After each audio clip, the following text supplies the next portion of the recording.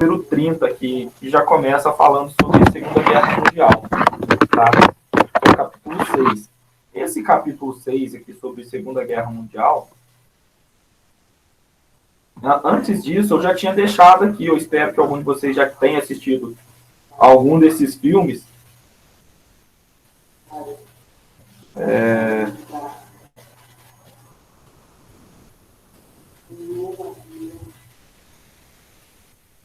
Os Jogos Olímpicos de Berlim. Os filmes eu já falei para vocês. Lá no site tem algum desses filmes. Na Netflix tem a Operação Final, tem a Banalidade do Mal no YouTube. A Vida é Bela, Menino de Pijama Listrado, O Grande Ditador, que nós já assistimos. E vamos começar aqui sobre os Jogos Olímpicos de Berlim. Aula semana 4, né?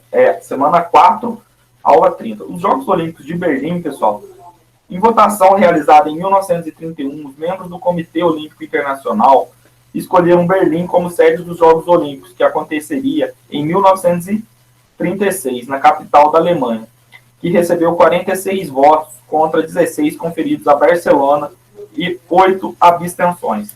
2 anos depois, Adolf Hitler e os nazistas subiram ao poder na Alemanha, provocando radicais transformações nesse país. As liberdades individuais foram restringidas. A Gestapo, política secreta do Estado, estava em todos os lugares, vigiando todos os atos de cada cidadão.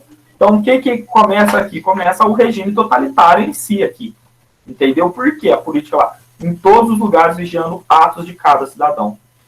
Deixa eu ver que alguém falou alguma coisa aqui, não sei se alguém pediu para entrar. Alguém perguntou. Alguém de outra sala perguntou se vai estar o limite. As prisões ficaram lotadas de inimigos do regime e uma onda de perseguições foi desencadeada contra minorias, judeus em primeiro lugar, mas também católicos e comunistas. Antes de subirem ao poder, os nazistas consideravam a Olimpíada como um infame festival promovido pelos judeus. Lembram que lá atrás eu tinha colocado para vocês que tudo que era contra os padrões nazistas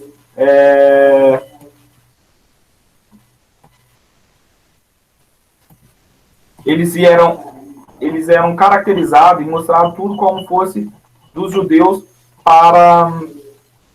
Aqui, ó, foi denominado uma arte degenerada. Tudo que era tido como judeus era mostrado como algo degenerado, tudo que era arte, expressão artística e outros tipos de expressões tido como judeus. Depois que Berlim foi escolhido como sede, o Partido Nazista prometera que quando Hitler chegasse ao poder, a Olimpíada não se realizaria na Alemanha. Quando chegou ao poder, Hitler mudou de opinião. Ele deu conta do imenso potencial de propaganda dos Jogos. Eles ofereciam a oportunidade de provar a suposta superioridade da raça ariana. Lembra que no vídeo anterior, da aula anterior, agora, acabamos de ver que existia a diferença maior do nazismo para as outras questões, é que no nazismo existia a necessidade de provar que a raça ariana era superior às outras raças.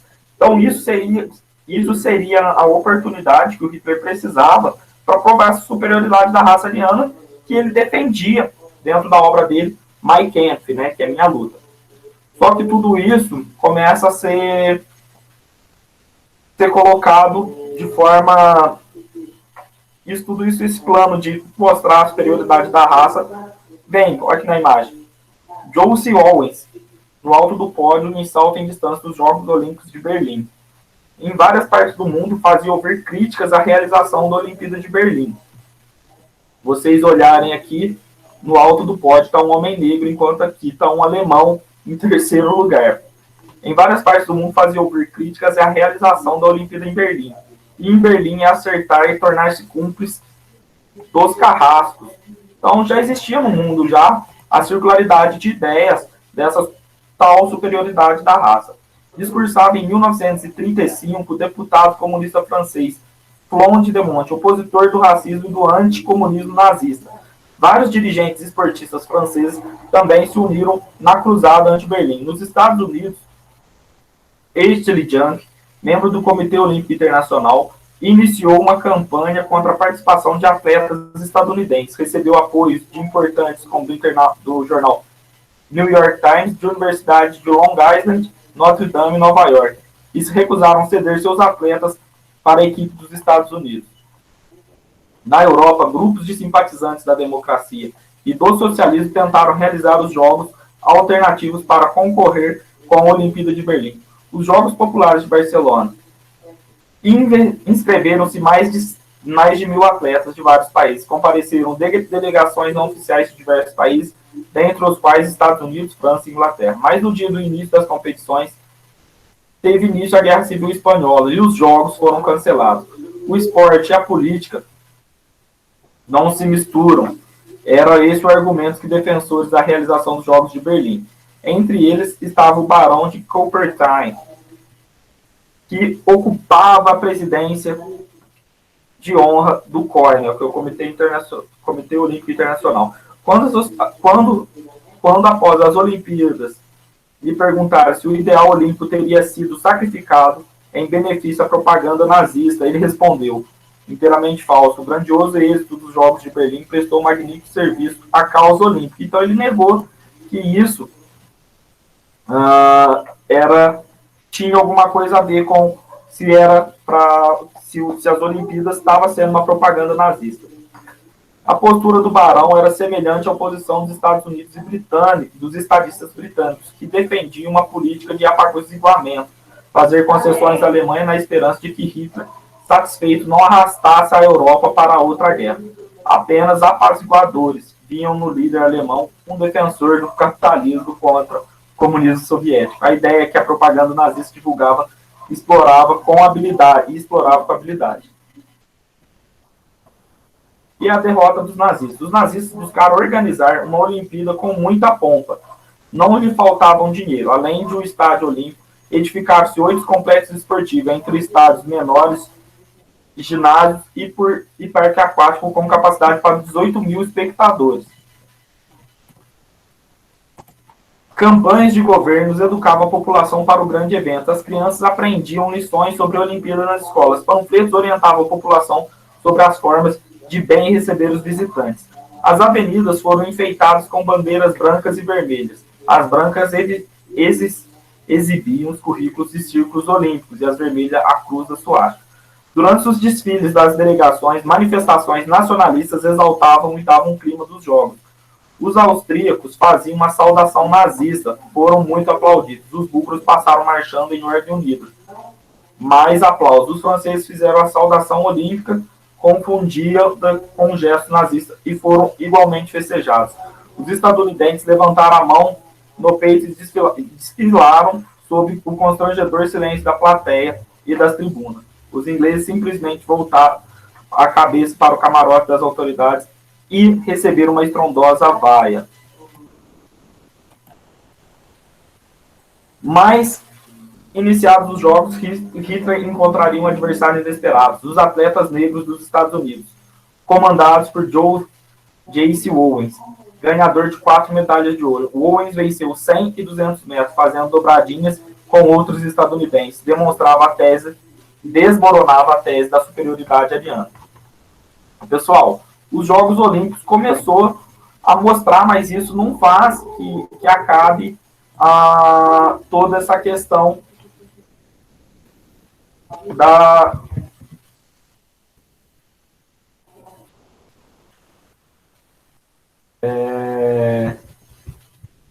isso não faz acabar, né? Não faz distinguir essas leis, essas questões, toda essa mentalidade que o Hitler e toda a sua propaganda tinha construído sobre o nazismo, né?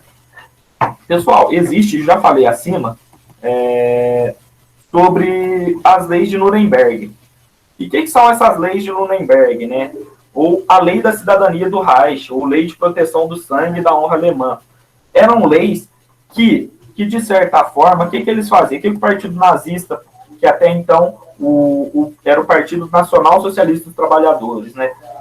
Essas leis, elas vão fazer algumas coisas assim, tipo, é proibido, a gente já li isso anteriormente em outras aulas, é proibido uma pessoa alemã casar com judeu, é proibido o judeu frequentar parque, é proibido o judeu frequentar parque, escolas, teatros, e vão proibindo, e vão organizando todas essas formas para que todas essas não só questões, mas vão, pela lei, restringindo o acesso e a liberdade de judeus que viviam dentro da Alemanha. Dentro do vídeo lá que eu mostrei anteriormente para vocês, ainda fala de formas não, né? Ainda mostra a diferença, que às vezes tem judeu, é legal vocês entenderem o que é o judaísmo, o que é a questão de raça e questão de nação. O judaísmo, além dele ser um grupo étnico e religioso, eles também considerado uma nação. Só que por isso que eles ganham um território, só que eles estavam em outro território. Então, era uma perseguição. Às vezes a pessoa nascia já uma descendência longa dentro de um território, vamos supor no caso do território alemão. Só que, como ela estava ali, mas faz 200 anos que eu estou dentro do território alemão, mas isso não fazia dela alemão, isso fazia dela um judeu. E todo é esse o argumento das leis antissemitas, que isso acontece, tá? Essa proteção, existia várias coisas.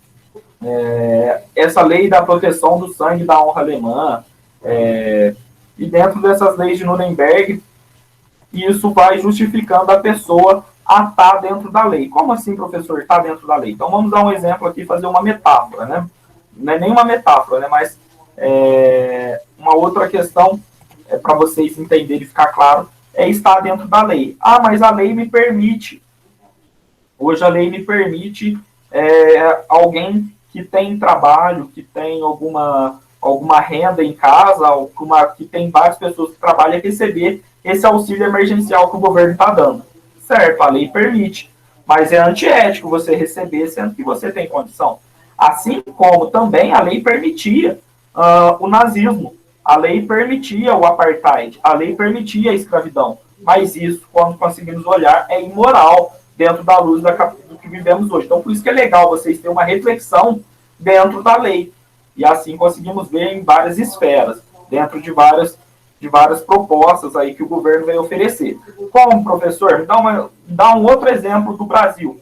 A lei permite que um policial entre dentro de uma favela, dentro de uma comunidade, e ele possa sair atirando à torta e direito, desde que ele suspeite que você no caso, um suspeito, um potencial bandido.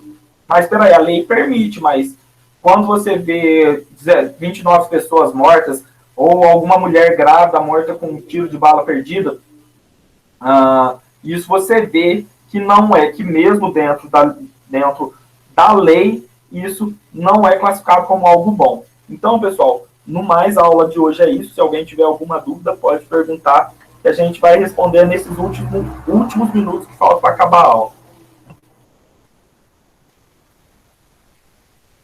Ageu, Ana Clara, Bruna, Carla, Estevam, Isaac, Maria Fernanda. Não tenho nenhuma dúvida, tudo está claro na minha cabeça. Para mim está tudo claro.